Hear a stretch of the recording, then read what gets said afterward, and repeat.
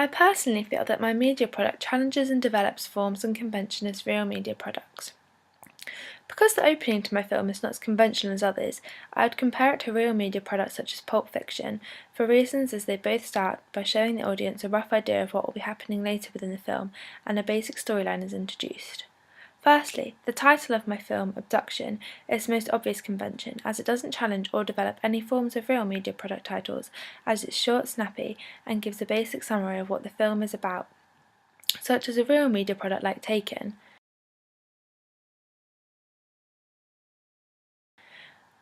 A way, however, in which I feel my media product does challenge forms and conventions of real media is through the locations. In real life media productions of the same horror thriller genre, like Insidious, the location is commonly in a grotty house or basement cellar setting. My media product challenges as throughout my opening there is no significant location as it's all in derelict woodland areas.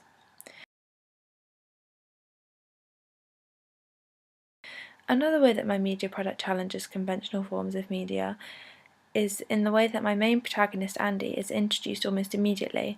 Although the character is not revealed to the audience fully, they are still able to grasp some features of the protagonist, which is unconventional. As in the majority of real media products, the identity of killers and such like are revealed much later in the film. In contrast, I think that the costume and props used for my media product do not challenge or develop conventions of real media products, as it's usually pretty standard that within a horror or thriller, the victim is wearing blood-stained clothes or wrapped in a sheet, similarly to Chloe within my opening.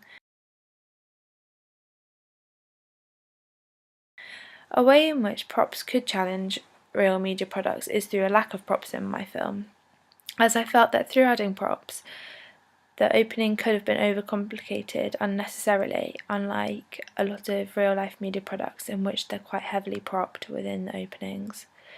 Regarding camera work, I used a range of shots like close-up, medium close-ups, long shots and establishing shots. I don't feel like this challenges conventions of real media products, as when researching movies of the same genre, I discovered the main shots we used were medium close-ups to extreme close-ups, for example in the opening sequence of Seven. I do feel, however, that some aspects of my camera work develop from real forms of media products, as I wanted the shots to look shaky to convey a sense of panic to my opening sequence, and also to give an effect.